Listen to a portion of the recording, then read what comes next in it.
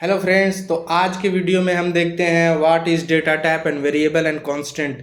हम सी programming language में जो हम लोग प्रोग्राम देखते थे उस प्रोग्राम में डेटा टाइप क्या होता है, वेरिएबल क्या होता है, कांस्टेंट क्या होता है, इस चीज़ के बारे में आज सीखेंगे।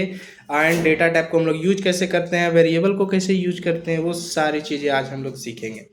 तो फर्स्ट थिंग हम लोग एक प्रोग्राम के हेल्प से पहले देखेंगे कि इस प्रोग्राम में डेटा टाइप कहाँ यूज किया गया है, वेरिएबल कहाँ यूज किया गया है। तो हम लोग एक छोटा सा प्रोग्राम एग्जांपल में लिए हैं। तो वो प्रोग्राम हमारा है write a program to calculate sum of two number. किसी दो नंबर को सम करना है, उसका सी लैंग्वेज में प्रोग्राम लिखा गया है। इसमें वेरिएबल कौन कौन है और डेटा टाइप कौन कौन से हैं, हम लोग ये चीज़ इसमें आइडेंटिफाई करेंगे और उसके बारे में फिर जानेंगे कि ये होते क्या है।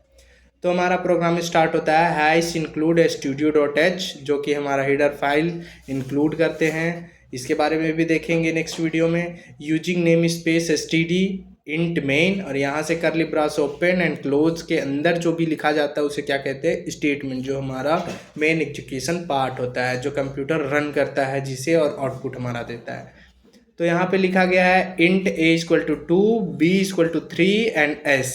ये जो हमारा a है, b है और s है, इसी को हम लोग वेरिएबल कहते हैं। क्यों कहते हैं, क्या है ये, इसके बारे में हम लोग देखते हैं आगे। और ये जो हमारा इंट है इसे हम लोग डेटा टाइप कहते हैं। तो ये जो वेरिएबल था a, b और s, तो a वेरिएबल में हमारा 2 स्टोर है, b वेरिएबल में हमारा 3 स्टोर है, और s वेरिएबल में हम लोग क्या किए हैं, s = a+b, जो हम लोग s को पहले इनिशियलाइज किए, डिक्लेयर किए हैं। उसके बाद यहाँ हम लोग उसको डिफाइन किए हैं, a और b को हम लोग उसमें ऐड करके उसका वैल्यू असाइन किए हैं। बाद में हम लोग यहाँ प्रिंट किए हैं s को, ठीक है, ये s को हम लोग प्रिंट किए हैं।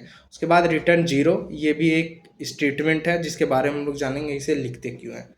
तो हम लोग आगे देखते हैं कि वेरिएबल इसमें से क्या है। वेरिएबल हम अभी बताए हैं, a है और b है और s है। यहाँ ये तीनों a, b, s जो है वेरिएबल है। ये 2 और 3 जो है ये वैल्यू है, और इंट जो है वो डेटा टाइप है। तो हम लोग नेक्स्ट में देखते हैं एक पूरा डिफिनेशन डेटा टाइप का होता क्या है। डेटा टाइप का डिफिनेशन क्या है, the kind of data in a variable, जिस टाइप की वैल्यू वेरिएबल में हमारा स्टोर्ड होता है, may hold in a programming language is called its data type. जिस टाइप की वैल्यू हमारा वेरिएबल में स्टोर होता है उसे डेटा टाइप कहते हैं। मतलब हमारा जब भी ये स्टोर होता है, ये इंट a = 2, तो ये हमारा क्या है, ये 2 हमारा एक इंटीजर वैल्यू है जो कहाँ वेरिएबल में स्टोर्ड है, 3 हमारा इंटीजर वैल्यू है जो कहाँ हमारा वेरिएबल में स्टोर्ड है। तो ये वेरिएबल एक इंटीजर टाइप के डेटा स्टोर कर रही है। ये कैसे डिफाइन कर रहा है, ये डेटा टाइप के थ्रू स्टोर कर बताया जा रहा है। ये हमारा इंट यही डिफाइन कर रहा है कि जो जो वेरिएबल होंगे a, b एंड s, ये जो तीनों वेरिएबल होंगे वो इंटीजर टाइप के वैल्यूज़ को स्टोर करेंगे। तो हम लोग पहले ही इसे डिफाइन करते हैं इंट। तो ये जो इंट टाइप के डेटा को स्टोर करेंगे इसे क्या कहते हैं, डेटा टाइप। ये इंट जो है जो हमारा बताता है कि वो किस डेटा टाइप के वैल्यू को वो स्टोर करेगा, किस टाइप के वैल्यू को वो स्टोर करेगा, इसे कहते हैं डेटा टाइप। तो जिस टाइप की वैल्यू को वेरिएबल स्टोर कर रहा है उसे डेटा टाइप कहते हैं, ठीक है। The kind of data in a variable में hold in programming language is called its data type. Next देखते हैं टाइप्स ऑफ डेटा टाइप। कितने टाइप्स के डेटा टाइप्स होते हैं, तो पहला है fundamental data type and second है डिराइव्ड डेटा टाइप। दोनों डेटा टाइप्स हमारे लिए इंपॉर्टेंट है प्रोग्रामिंग लैंग्वेज में एंड प्रोग्रामिंग करने में। तो हम देखते हैं फंडामेंटल डेटा टाइप क्या होते हैं, जिसे बिल्ट इन डेटा टाइप भी कहते हैं। डिराइव्ड डेटा टाइप को हम लोग यूजर डिफाइंड डेटा टाइप भी कहते हैं। तो फंडामेंटल डेटा टाइप पे आते हैं। Fundamental data type, the data type which is already known by the compiler is called fundamental data type. तो ये फंडामेंटल डेटा टाइप वैसा डेटा टाइप को बोलते हैं जिसे कंपाइलर ऑलरेडी जानता है। मतलब जिन्हें हमें डिफाइन करने की ज़रूरत नहीं है। जैसे हम लोग इंट लिखे ना, तो कंपाइलर पहले से ही जानता है, इंट लिख दिया, इसका मतलब जो वेरिएबल है वो इंटीजर वैल्यू को स्टोर करेगा। अगर हम लोग वहाँ पे कैर लिखते हैं तो वो कैरेक्टर वैल्यू को स्टोर करेगा। अगर वहाँ फ्लोट लिखे हैं तो वो फ्लोटिंग वैल्यू यानी डेसिमल वैल्यूज़ को वो स्टोर करेगा। तो इसका मतलब होता है हमारा डेटा टाइप का कि वो जब भी डिफाइन कर दे वेरिएबल के आगे, ये जो हमारा एग्जांपल है, इंट है, फ्लोट है, कैर है, डबल है, लॉन्ग है, ये हमारे डेटा टाइप्स हैं। ये जब भी हम लोग वेरिएबल के आगे डिफाइन कर देंगे तो वेरिएबल को ये पता होगा कि ये हम जो स्टोर कर रहे हैं वैल्यू, वो इस टाइप के वैल्यू को स्टोर कर रहे हैं। कौन बताएगा? वो हमारा डेटा टाइप बताएगा। ठीक है, तो इन्हें कंपाइलर ऑलरेडी जानता है। अब कंपाइलर क्या होता है, मैंने आपको पहले ही वीडियो में बता चुका हूँ कि कंपाइलर जो प्रोग्राम को कन्वर्ट करता है high level language to machine language में, जिसे कंप्यूटर आसानी से समझता है, तो वो जो कन्वर्टर होता है वो कंपाइलर होता है। एग्जीक्यूशन के लिए हमारा उसको नीड पड़ता है प्रोग्रामिंग को कन्वर्ट करने में, तो वो कंपाइलर हमारा इंट को, फ्लोट को, कैर को, डबल को, इनका मीनिंग को वो पहले से ही जानता है। जब हम लोग इंट यूज करेंगे तो कंपाइलर खुद ब खुद जान जाएगा कि ये जो वेरिएबल आ रहा है वो वेरिएबल इंटीजर टाइप के वैल्यूज़ को स्टोर कर रहा है। फ्लोट लिख देंगे तो वो कंपाइलर पहले से ही जान जाएगा कि फ्लोट है, तो वो पहले से ही डेसिमल वैल्यूज़ को स्टोर करने वाला है। तो जैसे हम लोग कोई साइन देते हैं, किसी दो बंदे हैं तो दो बंदे में आंखों से इशारा करते हैं कि जब मैं आंख से इशारा करूंगा तो तुम समझ जाना कि अभी ये काम करनी है। उसी तरीके से कंपाइलर को भी पहले से ही पता रहती है कि जब इंट लिखा जाएगा तो ये वेरिएबल जो होगा वो इंटीजर टाइप की वैल्यूज़ को हमें देगा या इंटीजर टाइप की वैल्यू को लेगा। ठीक है, तो नेक्स्ट देखते हैं डिराइव्ड डेटा टाइप क्या होता है। तो the data type which is derived by the user is known as derived data type. अभी मैंने कहा कि फंडामेंटल डेटा टाइप वैसे डेटा टाइप तो जिसे कंपाइलर जानता है। अब हम लोग डिराइव डेटा टाइप में आते हैं। डिराइव डेटा टाइप जो हम डिराइव करेंगे, यूजर डिराइव करेगा, जो प्रोग्राम लिखेगा वो बंदा डेटा टाइप को बताएगा। मतलब हम बताएंगे वेरिएबल को कि तुम्हें किस टाइप की वैल्यूज़ को स्टोर करनी है, वो हम बताएंगे। कंपाइलर इसमें पहले से नहीं जानेगा कि ये जो बंदा यूज कर रहा है वेरिएबल को वो किस टाइप का यूज कर रहा है। बंदा बताएगा कि हम किस टाइप की वैल्यूज़ को यूज करने वाले हैं, तो हम बनाएंगे।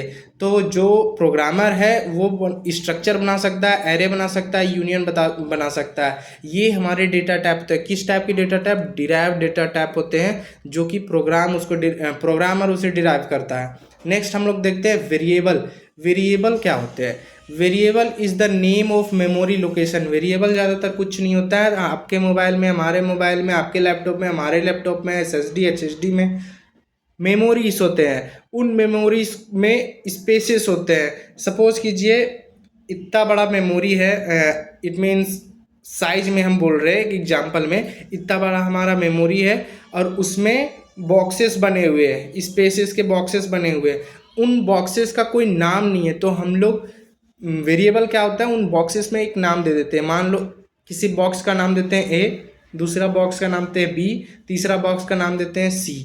तो ये जो ए बी सी है वो बस मेमोरी का नाम है मेमोरी लोकेशन का नाम है। मेमोरी लोकेशन माने उस बॉक्स का एक नाम दे देते हैं, जिस बॉक्स को हम लोग कोई वैल्यू स्टोर करवाएंगे, वैल्यू असाइन करवाएंगे कि भाई इस बॉक्स में तुमको 3 स्टोर करनी है, इस बॉक्स में हम लोग 4 स्टोर करनी है। और उसको जब हम लोग एक्सेस करेंगे तो उस मेमोरी लोकेशन के नाम से एक्सेस करेंगे कि हमको ए का वैल्यू दे दो, बी का वैल्यू दे दो, ए में वैल्यू स्टोर करो, बी में वैल्यू स्टोर करो। इट मीन्स उस मेमोरी लोकेशन पर स्टोर करो, उस मेमोरी लोकेशन पे जो वैल्यू स्टोर है उसे हमें दो। तो ये हमारा क्या है, एग्जाम्पल में जैसे a=2 है, b=2 है, तो हमारा जैसे बॉक्सेस बने हुए हैं मेमोरी में, उन बॉक्सेस मेमोरी लोकेशन दिए हैं, उसका नाम दिए हैं, उस मेमोरी लोकेशन का एक नाम दिए हैं। ए हमारा नाम है, बी हमारा नाम है, उनमें हम 2 स्टोर किए हैं, 3 स्टोर किए हैं। तो मोटा मोटी बस इतना जानिए वेरिएबल क्या होता है। वेरिएबल कुछ नहीं होता है, वो बस हमारा मेमोरी लोकेशन का नाम होता है। मेमोरी लोकेशन का नाम होता है जो कि स्टोर करता है, विच स्टोर डेटा और values which can be change during the program execution.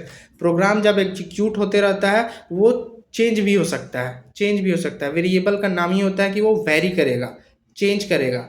Memory location, आप बोलेंगे कि मेमोरी लोकेशन में हमारा 2 स्टोर है तो वो चेंज कैसे करेगा? जब हम उसको एक्सेस करेंगे ना, a इक्वल टू अभी 3 था तो हम लास्ट में उसको असाइन कर दिए a इक्वल टू 4, तो वो चेंज हो गया, 3 की जगह में वो 4 हो जाएगा। इसीलिए हम लोग बोलते हैं कि वेरिएबल हम लोग चेंज कर सकते हैं। तो वेरिएबल क्या है?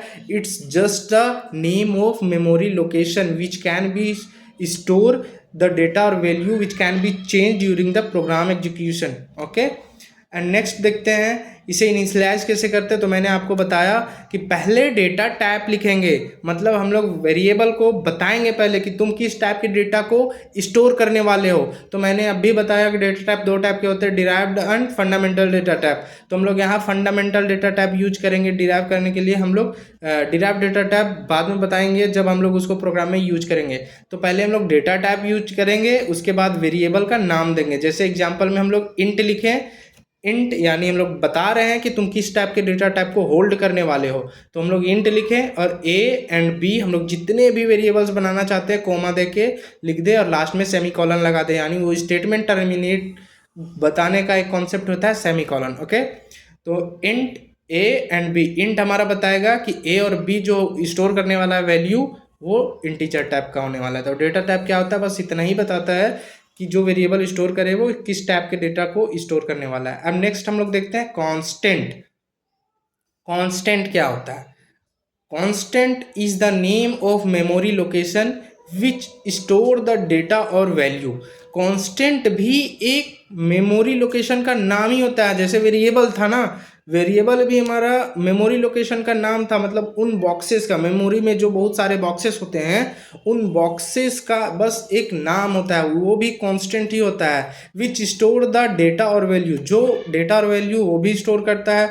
The data can not be change during the program execution. बस वेरिएबल और कांस्टेंट में इतना ही डिफरेंस है कि वेरिएबल चेंज कर सकता है अपना वैल्यूज़ को प्रोग्राम एग्जीक्यूशन के बाद, और ये हमारा कांस्टेंट जो होता है वो कांस्टेंट हमारा चेंज नहीं होता है प्रोग्राम एग्जीक्यूशन के बाद या पहले या कभी भी। वो जब भी एक बार हम अगर कांस्टेंट डिराइव कर दिए किसी भी वेरिएबल को हम लोग उसको कांस्टेंट बना दिए तो उसका वैल्यू दोबारा चेंज नहीं होने वाला है। इतना बात याद रखें। कांस्टेंट का मतलब ही होता है कि उस वैल्यू को कांस्टेंट कर दिया जाए। तो जब भी हम लोग प्रोग्राम बनाएंगे तो हमको अगर किसी वैल्यू को चेंज नहीं करना है तो उसके आगे हम लोग डेटा टाइप के आगे बस कॉन्स्ट लिख देंगे। ये कॉन्स्ट जो है वर्ड है, ये इस वर्ड को हम लोग कॉन्स्ट को उसके आगे डेटा टाइप के आगे यूज कर देंगे तो वो वेरिएबल हमारा कॉन्स्ट हो जाएगा। ये कांस्टेंट कहने का मतलब जब हम लोग a इक्वल टू 2 यहाँ लिख दिए हैं पहली बार में टॉप अप प्रोग्राम में हम लोग a इक्वल टू 2 लिख दिए हैं तो उसे हम लोग नीचे कभी भी जाके a इक्वल टू 3, 4, 5 नहीं कर सकते हैं। a का वैल्यू पूरे प्रोग्राम में हमारा 2 ही लिया जाएगा। तो एक्सेस मॉडिफायर जो है वो कांस्टेंट का वो कॉन्स्ट कीवर्ड होता है। ये कीवर्ड मैंने आपको पहले बता दिया, ये स्पेशल रिजर्व वर्ड होता है जो कि कंपाइलर के थ्रू जाना जाता है। तो the const keyword use the constant precedes the data types a variable. तो ये जो डेटा टाइप होता है उसको कांस्टेंट करने के लिए, इस वेरिएबल को कांस्टेंट करने के लिए हम लोग कॉन्स्ट कीवर्ड यूज करते हैं।